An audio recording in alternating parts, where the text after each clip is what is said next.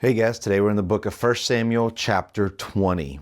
Now it starts off with David leaving Naioth. Now this is where him and Samuel have been staying. There's been protection there. And the reality is David could have stayed there for a long time. The Lord had been good to him there and is protecting there, but he leaves. And David leaves because he wants to earnestly see what he has done wrong. Has Saul changed his heart, truly changed his heart against David?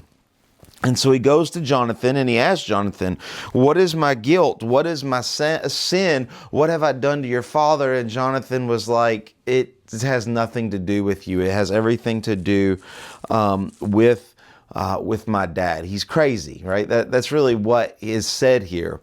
But you can start to see as you read a precursor of what is to come. You start to peer inside of David's soul in words like this. At the end of verse 3, it said, but as truly as the Lord lives, and as your soul lives, there is but a step between me and death. David is getting this discouragement. You'd have to believe that the king wants you dead. He's trying everything. He's talking bad about you to his son, to his servants, to all of Israel. Everything's going on. You can start to see David kind of descending in a dark place, right? A dark place internally, spiritually, emotionally. He comes together and he says, then Jonathan said to David, whatever you say, I will do. And David said to Jonathan, behold, tomorrow is a new moon. Now we've learned from reading Leviticus and Numbers that during new moons, there are special sacrifices. This is a special day. And so there would have been a big festival, right? That's kind of what it implies. So it says, hey, there's going to be a new moon and I'm not going back to your dad. I'm not going back to the palace.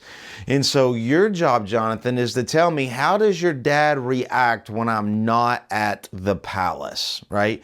Is he sad that I'm gone? Is he angry that I'm gone? Does he even miss me? Does he even care anymore? What? You're going to have to let me know.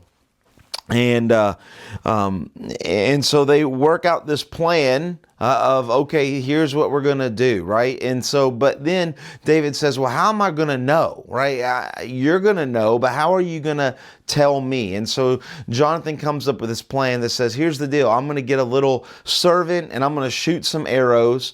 And on a certain day, the third day after the new moon, be in this pile of rocks in this field. And I'm going to come out and I'm going to shoot some arrows right next to this pile of rocks where you will be hiding. And as my servant boy goes out, I will say, the arrows are just beside you. Well, that means that my dad is good. You're safe. You can come back. But if I tell the servant boy, no, the arrows are beyond you, you need to keep going, well, that means that my dad is mad. He is really going to kill you and you are going to have to go beyond. You're going to have to get out of here, right? So they've worked up this plan.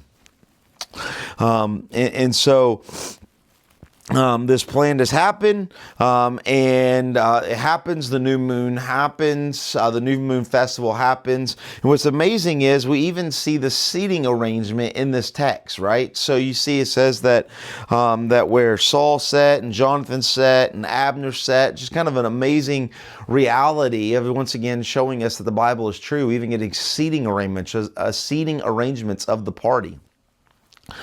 But the first day goes by and really Saul says nothing about David. But the second day goes by, David is not there. And he says, hey, where is David?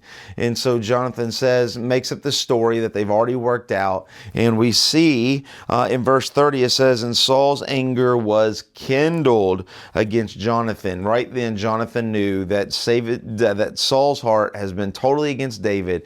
He is going to kill him no matter what.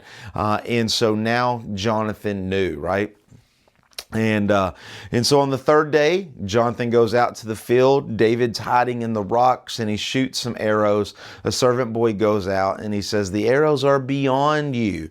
Telling David, who's hiding, who hears this and sees this, that Saul is mad and Saul is out to kill him. And so the boy brings the arrows back.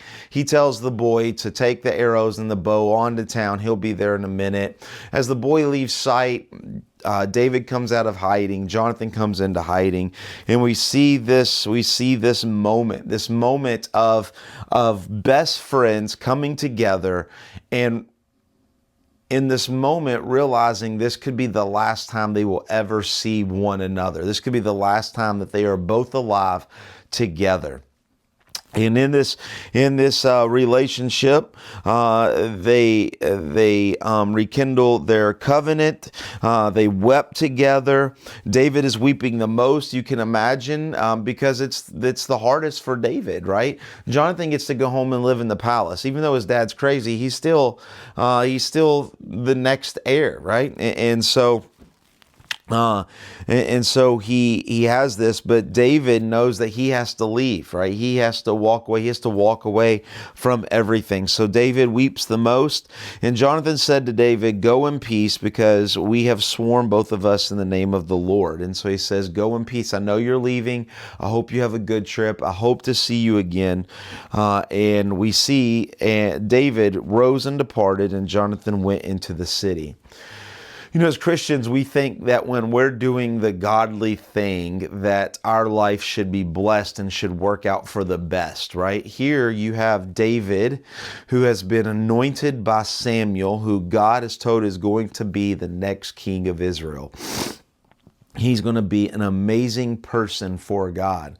And here, for 15 years, he has to be on the run. He has to walk away from his friend, from his life, from everything that he has.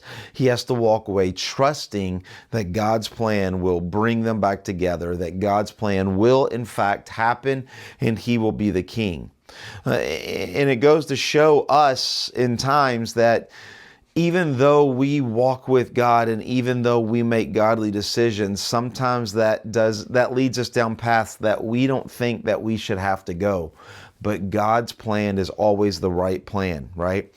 In this, out of this season, we will see that David will pen the words that as I walk through the valley of the shadow of death, the Lord is with me, right? As he is on the verge of being killed and being hunted, he still trusts God for everything. And it's just a great reminder for us that though we walk with God, sometimes we have to walk in dark valleys and dark places, but to remember that God is always with us. He is always before us. He is always protecting us. And we are to trust God in the darkest of places because we are living for His glory and His kingdom, not ours. Hope that makes a little bit more sense, and we will see you tomorrow in chapter 21. God bless.